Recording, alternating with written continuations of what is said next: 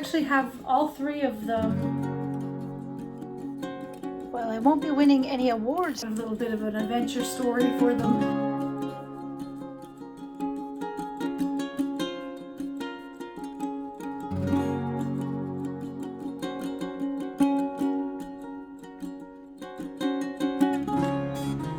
Hi friends, let's make some bread today, shall we?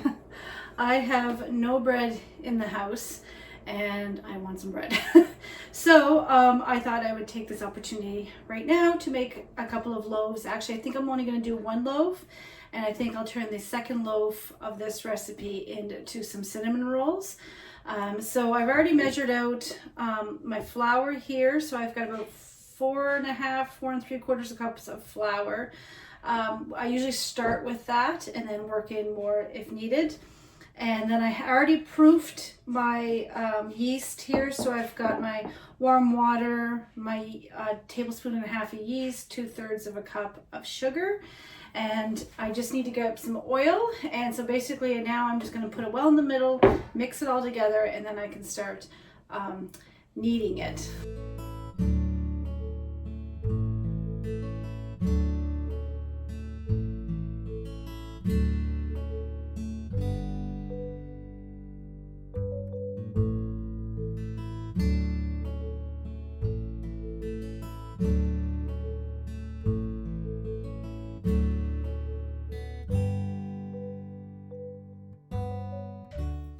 So it's pretty much mixed up.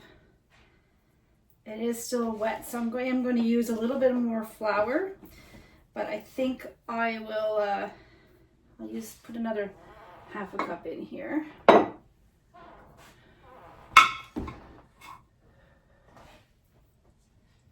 My recipe calls for 5 to 6 cups. I'll have the recipe linked down below. It just depends on how wet the dough is. You know, lots of different factors play in to making it. So I always start with like 4.5 and then work it up until 5, and then I may put a little bit extra in as I'm kneading. So now we have the fun part of kneading this dough for about 10 minutes or so. And it's not perfectly into like, you know, a pretty ball yet, but it will once we start kneading it.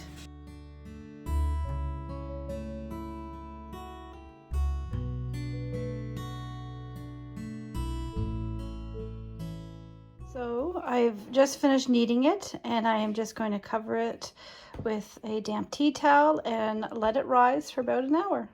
While my dough rises, I thought I would take a few minutes and talk about what I read in January. I do have to say, in the past 6 months, I've really increased and got back into reading. And I'm really enjoying it. Some books better than others. So I thought I'd share what I've been reading this month. So the first book, I actually didn't finish any one book start to finish. During this month, I kind of used the month to catch up in books I've started and then never finished. So the first book was actually Old Christmas, which is by Washington Irving, I believe. It's from the 1800s actually, and it's similar, like it tells about celebrating Christmas at that time period. And it's kind of like part of his sketches and things like that. And so I had started it on Christmas Eve. It's only a small book, but I never actually ended up finishing it. So I got that finished at the beginning of the month, and I really enjoyed it. Kind of sort of similar, not similar in style of like the Christmas Carol, but just because it's set in the same sort of time period, it kind of had that same sort of feeling. Another book I finished this month that I started way back in, I think, November was The Pumpkin Spice Cafe. And I know this is it was one of those hot books that came out like, well, it came out a little bit, but it became very popular going into the fall last year. And so I actually have all three of them. My mother-in-law had them. And so she lent them to me to read. And I literally started this in November, and I just finished it last week. I don't know what it was about it. It's not that it was bad. I don't think it's like a romance sort of novel. I don't know. It just reminded me so much of, and I think that was probably the allure of it for a lot of people. like Stars Hollow and Gilmore Girls and that. I mean, Laurie Gilmore, and I believe that is her, you can correct me, I think that is her pen name, and the Gilmore is from Gilmore Girls. And it has like the cafe, well obviously the pumpkin spice cafe, but it has the cafe owner, and then it has a produce guy, and the produce guy is the love interest in the story. And so I was just like, really, the produce guy? Like, I don't know. So it wasn't it wasn't terrible. It was just maybe that just kind of what pulled me out of it a bit, and so I wasn't really fully getting into it. It's just because it was just all I was seeing was like Gilmore Girls in this one. However, I do have the next two, and I am going to be working on them next month, and we'll see how long it takes me to get through them. So the next one is the Cinnamon Bun Bookstore, and then the other one is the Christmas Tree Farm. And so I think I'll probably be working on them over the next number of months. So that was that one. This one here is called No Place Like Home by Angel Power. And this one I picked up in the summer. She was selling them at one of our local farmers markets. And it is another romance sort of type novel. It's not my favorite either. I found it, she's known for being very fast paced, and which is good. It's good in the terms as it wasn't dragging out. However, I found it wasn't descriptive enough for things, and things happened just like this. And I felt there wasn't quite enough conflict in it. I know things happened in this that was, revelations and stuff, but everything kind of worked out smoothly. Like there wasn't a lot of conflict. Like when one of the girls, the lead in this, the girl, Crystal, when she decides on something, she just goes and does it, and there's never any sort of conflict against it. Everything works out perfectly. I don't know, it just wasn't for me, but if you like really fast reads and you like those happy ending stories and things like that, that might be one to check out. This one I actually started, I think probably almost 2 years ago. I started this book. What happened is it became my gig bag book. So it was in my gig bag for the longest time. So every time I'd go on production, and if we had some downtime where I kind of just hanging around for a little bit, a half hour or so between things, I would just pick this out and read a few pages. So I wasn't kind of like sitting down and reading it. I'm going to be my book to read. It became my gig bag book, and I actually really enjoyed it. I did really enjoy it. It's Clanlands, and it's written by Sam Heughan and Graham McGregor, so from Outlander fame. And they kind of went on like a whiskey tasting Scottish tour in a camper, and kind of a little bit of an adventure story for them. And they learn about history on the way, but of course there's a lot of gallivanting that goes on, and pranks and things like that. So I thought I liked it. I did really like it, even though it took me that long to read. But I just decided this month I was just going to finally finish it. But it was really, really good. I believe they do have a second book out now. And then this book became a TV series, because they actually brought a film crew with them while they did this trip. And so then it became Men in Kilts TV series, I believe, on Stars. So I'm not sure where else it might be available. So I haven't seen it yet. I don't have Stars, so I might have to get Stars just to watch it. But anyway, this book I finished off, so I really like that. And so those were the 4 books I finished for this month.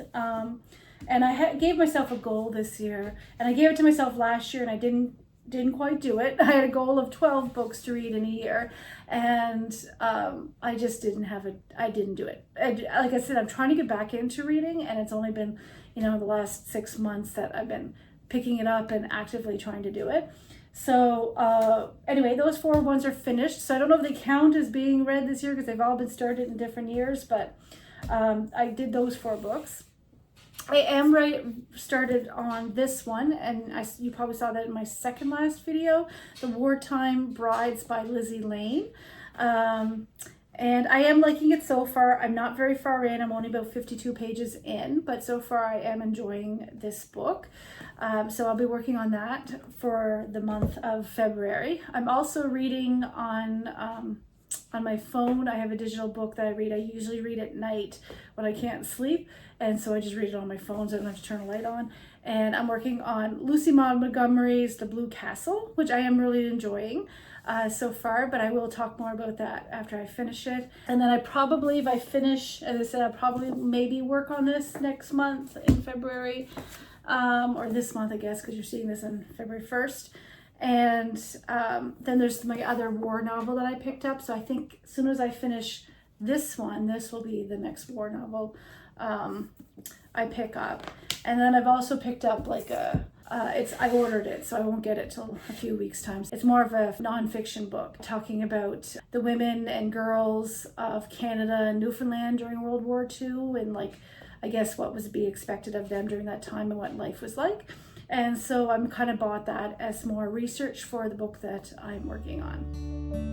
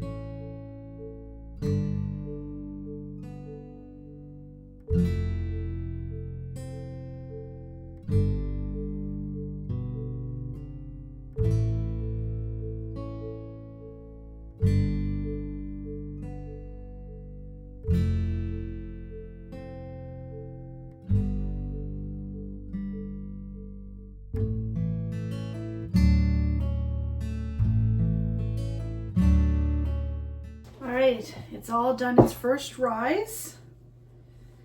And there it is there, all doubled in size. So I'm just going to take the air out of that and then roll this out onto the surface. I'm going to cut it in half, and I'm still kind of deciding whether I'm going to do 2 loaves of bread or some, maybe 1 loaf and some buns. Anyway, I'm just going to cut that down the middle.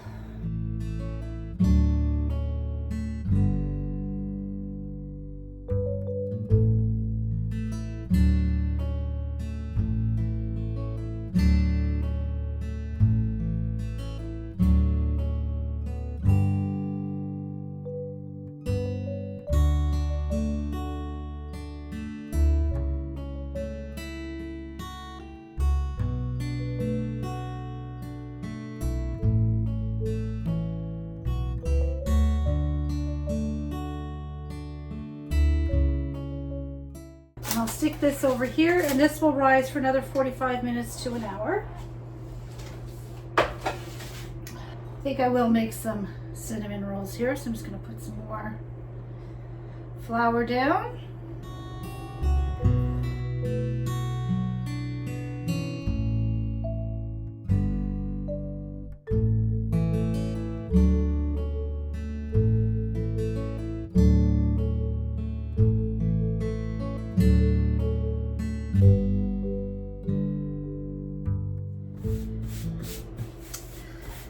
Alright, so what I'm going to do now is I'm going to just melt some butter, soften it up, add some cinnamon sugar on top.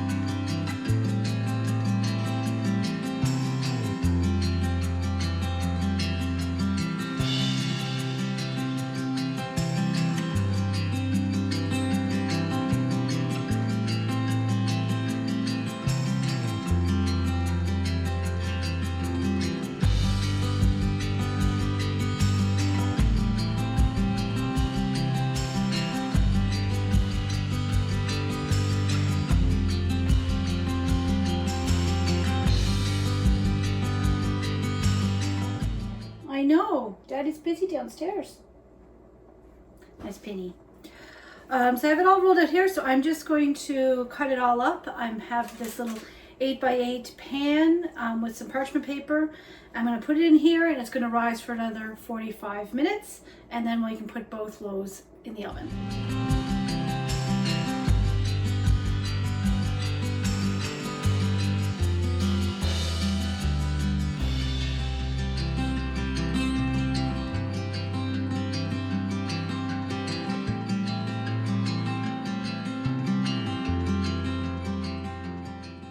We are doing portabella mushroom fajitas for supper tonight. I do not have any tortillas on hand, but I did recently pick up this instant corn mesa flour, and it's gluten-free, and I'm going to make some tortillas. Now, I don't have a tortilla press either, so I guess I'll be just getting it rolled out as thin as I can by hand. So I'm going to, I think these are supposed to make 9, like the smaller size tortillas, 19 rather.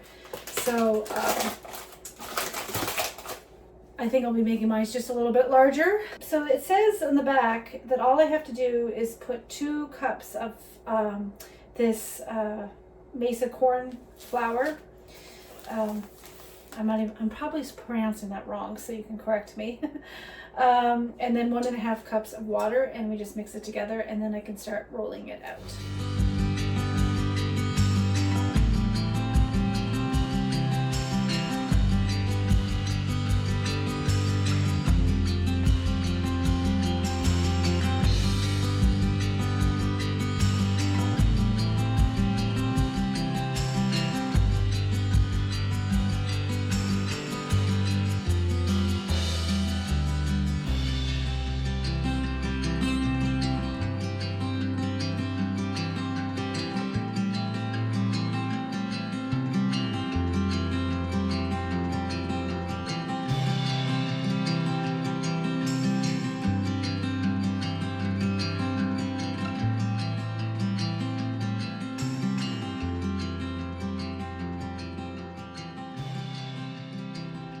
Well, I won't be winning any awards for my tortillas, but that is them there. One of them did end up in the bin. It completely broke apart, my very first one. But I said, I've never made a tortilla before, so I have a lot to learn. And they're a little bit thicker, but they stayed together at least. And there's my cinnamon rolls out of the oven, and my bread is out of the oven. And I'm just going to put some butter over the top of that.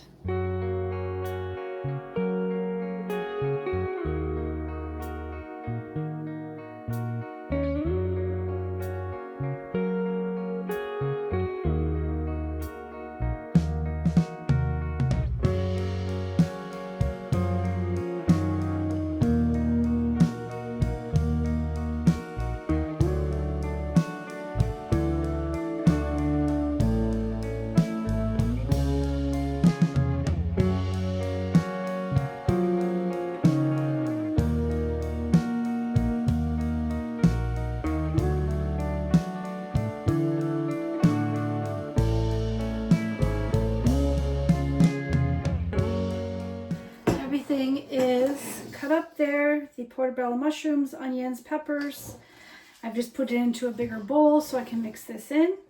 And so I'm just going to put some avocado oil over it. And then I've made this quick fajita seasoning mix. It just has cornstarch, paprika, chili powder, cayenne pepper, onion and garlic powder, salt, sugar, and cumin.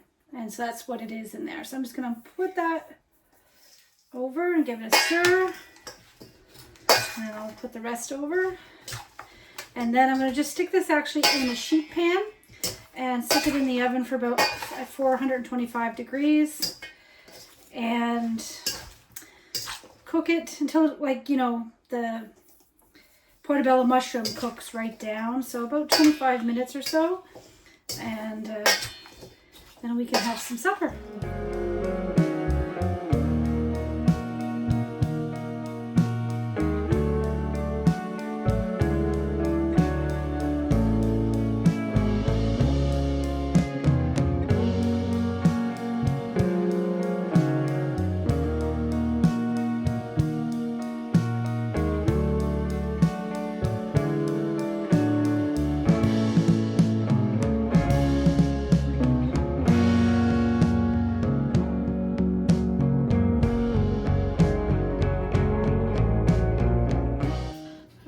that is the portabella fajitas all ready to go. Just going to give them a quick nuke in the oven. Got some salsa here and some sour cream and cheese. And so we're going to enjoy these.